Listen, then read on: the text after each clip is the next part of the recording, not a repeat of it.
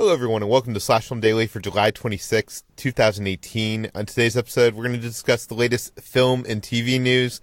This is Slash Film Editor-in-Chief Peter Sciretta, and joining me on today's podcast is Slash Film writers Hoai-Tran. Hey, everyone. And Chris Evangelista. Hello.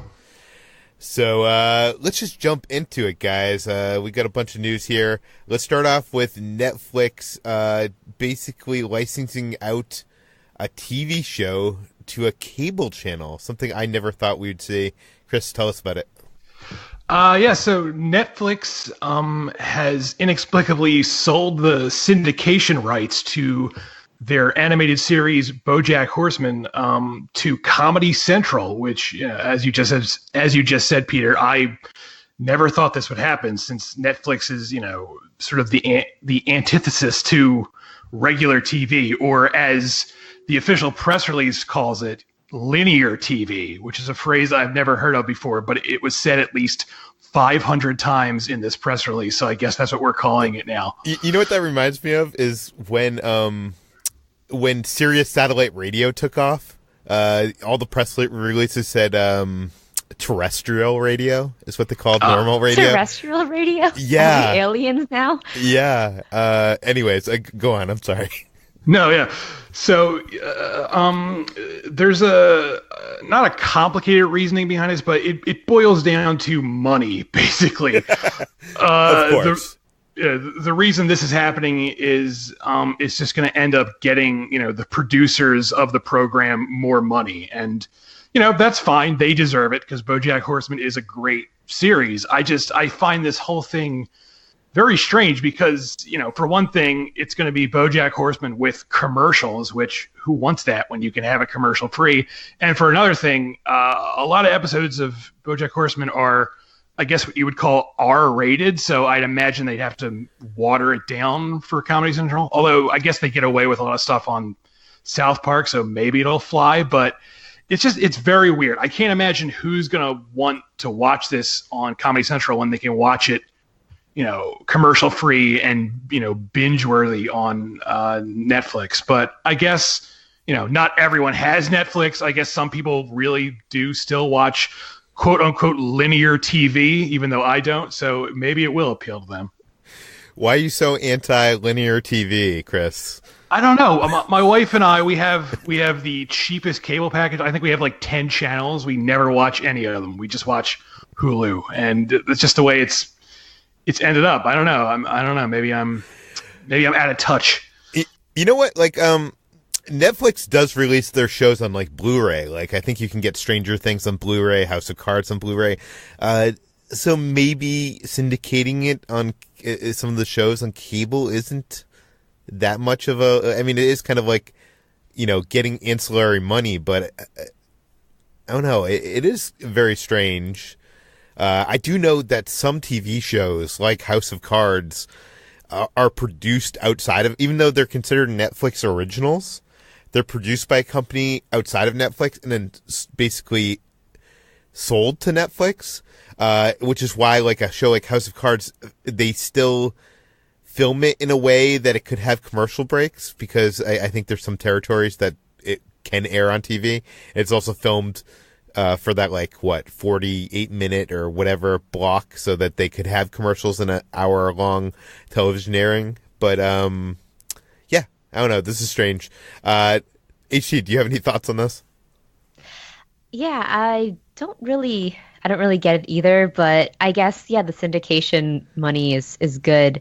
And, I have nothing to add. I think it's a strange move, but I wonder if this will be the first of other, syndication deals that Netflix has with other linear TV companies. Yeah, soon you'll be able to watch Stranger Things Season 1 on AMC, probably. Yeah. I don't know. This does kind of signal one thing, I think, that, some people had expected Netflix to eventually go the Hulu model, where they would offer either a cheaper or free limited service that would have commercials. And I would think if they're syndicating out their shows to cable channels, that signals to that's probably never happening. which is probably a good thing anyways, because who likes commercials? But let's move on to Buffy the Vampire Slayer. We talked about this yesterday briefly, and I think Ben and Chris were both under the assumption that this series was going to be kind of a reboot and not a remake. But some people were confused, and now we have some clarification. HT, tell us about it. Yeah, so original reports kind of gave the impression that the new Buffy the Vampire Slayer series would be a remake and would cast Buffy Summers as a black character, as opposed to the one played by Sarah Michelle Gellar. So a new statement from the new showrunner, Monica Owusu-Breen, has sort of clarified that. She said, "There is only one Buffy, one Xander, one Willow, Giles, Cordelia, Oz, Tara, Kendra, Faith, Spike, Angel. They can't be replaced. Joss Whedon's brilliant and beautiful series can't be replicated. I wouldn't try to, but here we are 20 years later, and the world seems a lot scarier. So maybe it could be time to meet a new Slayer." So this gives the suggestion that the new Buffy series would actually be a sequel series and not a reboot or remake, as we've been kind of calling it interchangeably. And the black lead character in this show would be a wholly new character and not just be like a rehash of Buffy Summers, which I'm much more receptive to, because I know when I first heard the news, I thought that they were doing like a straight remake, and I was very upset about that because I thought that you could tell so many more new stories set in this world with new characters and not try to just reuse like a iconic white character and reframe her as a black character.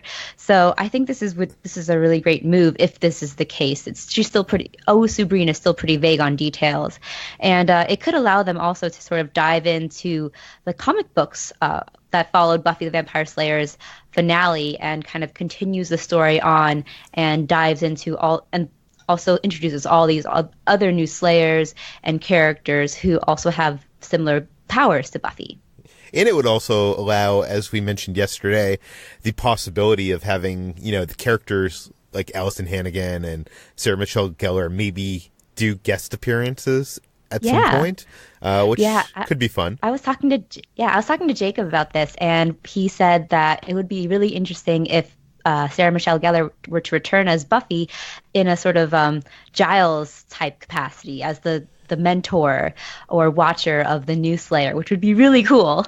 That would be cool. I feel like she was so over Buffy when that show was ending, but her career did not take off in ways I think she expected it to. So maybe she'd be willing to come back to TV to do something like that. Yeah, I think she's gained a newfound appreciation for the character, and she's definitely much more like welcoming to fans who are always really appreciative of her character, like on the internet. So I think she'd be down to return if this were the case. Okay, so they're trying to reboot every old TV show at this point. It seems like the latest that is being considered is a reboot of Frasier. Chris, what do we know? So this isn't official yet. It's just basically Kelsey Grammer is sort of testing the waters. He's putting the idea out there along with CBS, and they're trying to see if anyone's going to go for it, for a Frasier reboot. And the strangest thing about this reboot is, unlike other recent, reboots and revivals, which have kept, the same cast, mostly the same creative team, like, Will and Grace and Roseanne and even Twin Peaks. The idea behind this is it's going to be pretty much a total reboot where the only character carrying over is Frasier, and he's going to be in a new city, and that seems very stupid to me because what made Frasier work was that ensemble. And to is there going to be no Niles? Who would want to watch that? I can't picture anyone watching that, but that's the idea as of now. Frasier was a character that was first introduced on Cheers.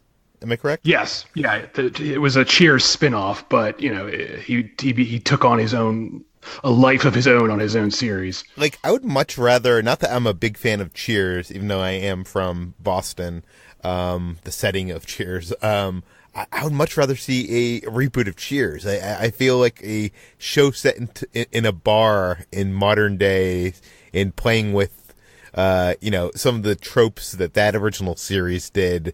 Maybe not a sequel, a legacy equal series, but maybe a reboot would be interesting. Is that anything you'd want to see? Actually, I hadn't thought of that until you just mentioned it, but that actually could be interesting. I mean, at the same time, I'm also tired of everything being rebooted, but that actually sounds like a kind of interesting idea. I really wonder how they would reboot Cheers, because it was so.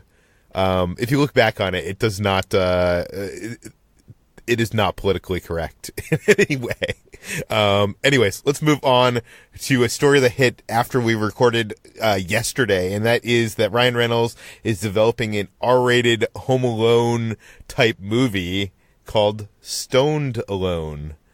I mean, I just love that pun. HD, tell us about it. So Ryan Reynolds is developing a Stoned Alone, which is a stoner comedy that kind of riffs off of the classic John Hughes film Home Alone. And he may or may not be starring in it. That's still unconfirmed. But it'll be directed by Augustine Frizzell, who recently helmed A24's Never Going Back, which got rave reviews from Slash Film and other publications. So this is a story that is based on an idea by Fox executive Matt Riley, who I can only assume was basically just like throwing out random puns at a pitch meeting, and centers around a 20-something weed-growing loser who misses the plane for his holiday ski trip, and he makes the best of things by getting high, but then when the paranoia sets in, he believes he hears someone breaks into his house. And it turns out that they have. A few thieves have broken in, and he decides to take action and defend his castle. This sounds amazing. No? Like, do you think like he's gonna be stoned watching Home Alone and then like get the idea that someone's breaking in? Like, or do you think like it won't be connected to Home Alone whatsoever? I don't know. I mean, like with the title, it's possible that could be a sort of meta inclusion. And yeah, it's definitely it sounds like a really dumb idea, but it could be fun because Augustine Frizzell has just like made such a big impact with her film Never Going Back, which was also a stoner comedy as well. So yeah, it's possible they could just do like a sort of meta take on Home Alone and just have this guy who gets inspired by Home Alone and decides to, engage in all of these elaborate pranks that maybe go horribly wrong because he doesn't actually know how to make like Rube Goldberg machines at all. Chris, is this a movie that you'd at all be interested in? No. I kind of predicted that. Absolutely not. When I saw this, I groaned inwardly and started digging my own grave. Chris is going to be mad when this becomes the new Hangover franchise and it's like, Stoned Alone 3 Lost in Philadelphia or something. Okay, let's move on. You talked in the past about the HBO series Deadwood potentially having a movie. It's been, not just rumored, but talked about for years. It's one of those things that we never thought was actually going to happen, but apparently it is officially happening. Chris, tell us about it. There's a long and winding story about this. After HBO canceled Deadwood in 2006, creator David Milch said he hoped to wrap up any lingering stories with 2 movies. And those movies never happened. And for years, we just all pretty much assumed, well, they're not happening. And then sometime around 2016, word came that scripts were being written, HBO might be interested, and it might actually happen. And once again, the idea just kept kicking around and nothing was really official.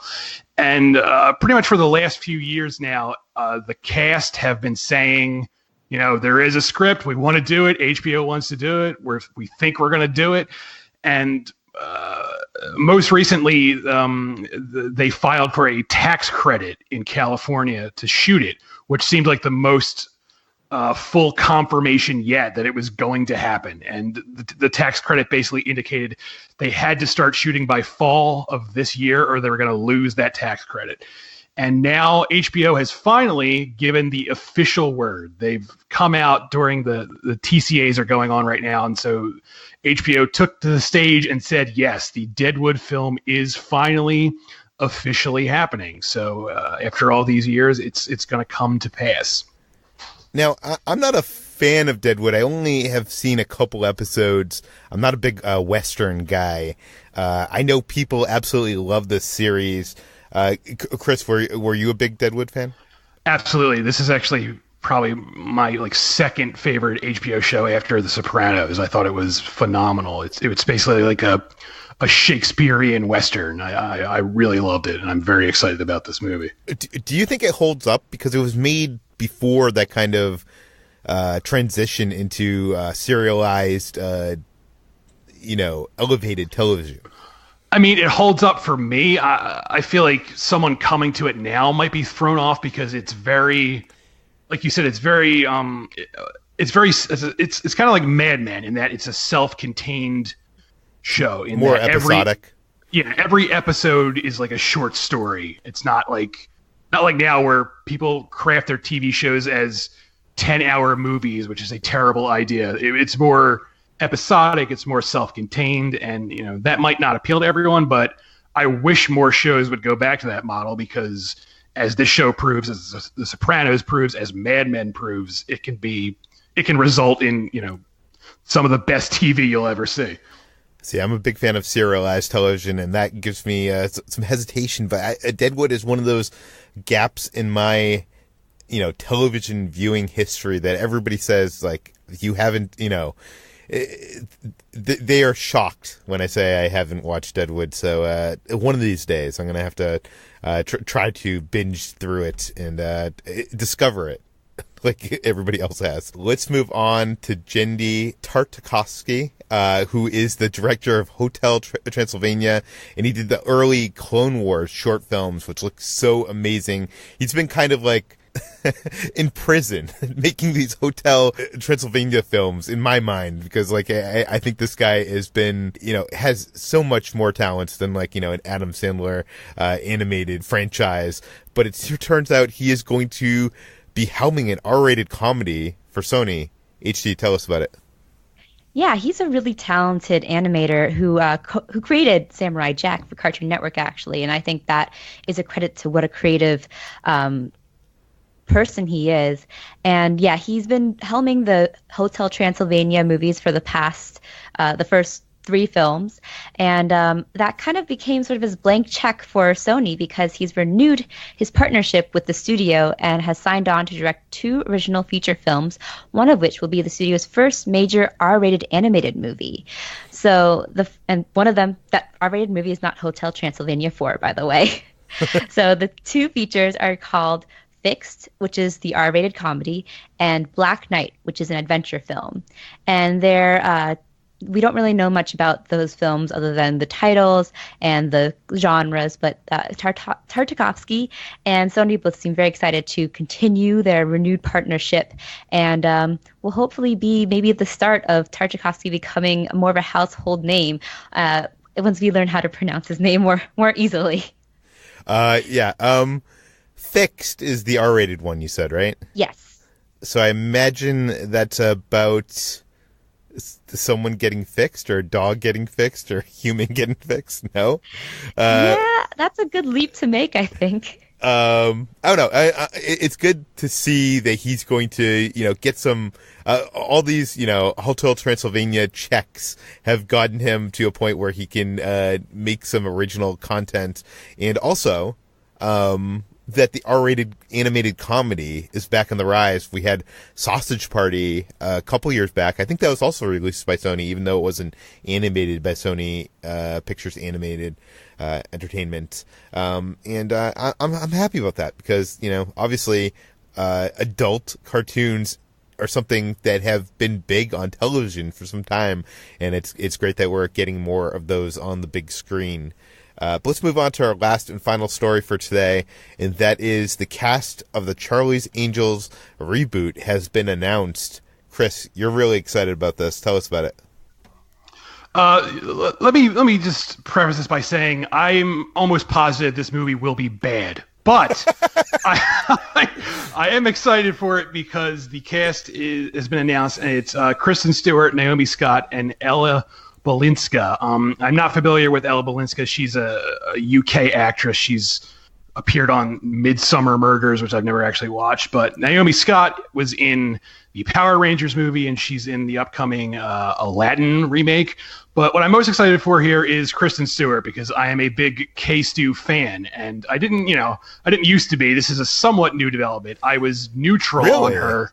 Yeah, it's not like a lifelong thing. I was sort of like neutral on her. I didn't hate her. I didn't love her, but then I saw Personal Shopper, and her performance in that is so incredible and layered and really unlike anything I had really seen recently in terms of acting, and it kind of blew me away. So that sort of converted me to the Church of K-Stu, and from there I've just been very fascinated in her career. I think she's a very interesting actress, and it's very interesting that, you know, she's been mostly focusing on indie roles for the last few years, but this is like her first return to big budget stuff, I guess, since that Huntsman movie, the first one, and of course the Twilight series. So I'm very interested to see, you know, what Kristen Stewart in a big budget comedy will look like.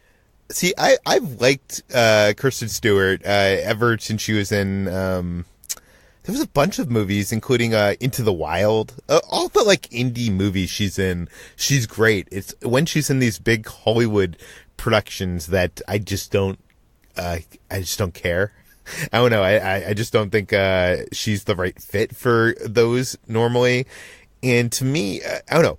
I actually like Mick G's original Charlie's Angels movie. It's written by John August, who is one of my favorite screenwriters.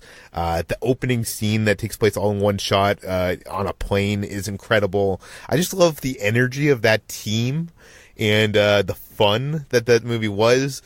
And when I think of the word fun, I don't think of K-Stu. I don't know. Like, she's usually kind of like brooding and, you know, I don't know. Like, actually, this entire cast, I don't normally picture like when they're casting the original Charlie's Angels movie. You're like, oh, I could see why these people fit. You know, what they're trying to go with this. Maybe it's a totally different direction with this cast. And also, my other hesitation is director Elizabeth Banks, who I was a huge fan of Pitch Perfect 1, and she came in Pitch Perfect 2, and it was bad. It was really bad. So I don't know. I'm a little hesitant. HT, are you a little bit more optimistic for this? I'm kind of on the same boat as you. But I do have a slightly more optimistic tone, because I think Kristen Stewart has evolved as an actress, and Snow White and the Huntsman was so long ago, and she was very wooden in that.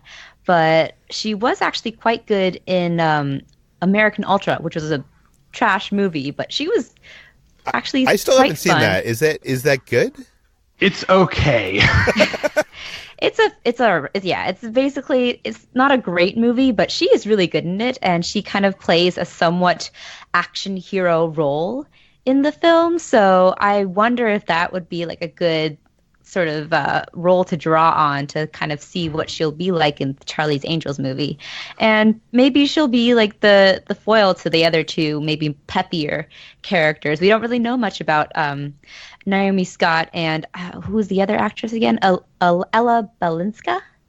That much yet, but I could see Kristen Stewart being like sort of the more stoic one, maybe how Lucy Liu was kind of the stoic one in the McGee Charlie's Angels. Yeah, I was almost going to say that maybe they're doing a more serious take on Charlie's Angels, but I mean, with Elizabeth Banks as the director, I would think that it would be kind of a comedy of sorts, because that's her, forte. But I don't know. One of our freelancers, Geek Girl Diva on Twitter, she tweeted, "I know we need more female-led movies, but I mean, can't someone think of another story besides Charlie's Angels?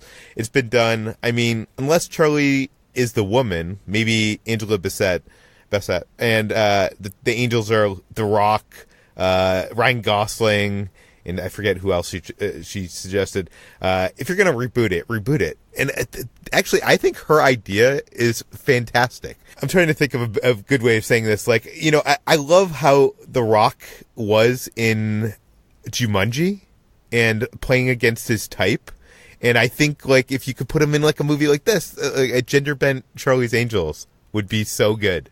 But that's not what we're getting. Does anybody disagree with me and Geek Girl Diva on the male gender-swapped Charlie's Angels? No one's with me on this one. I don't have much of an opinion about it because I liked the McG Charlie's Angels. I would be happy to see a new team of Charlie's Angels too.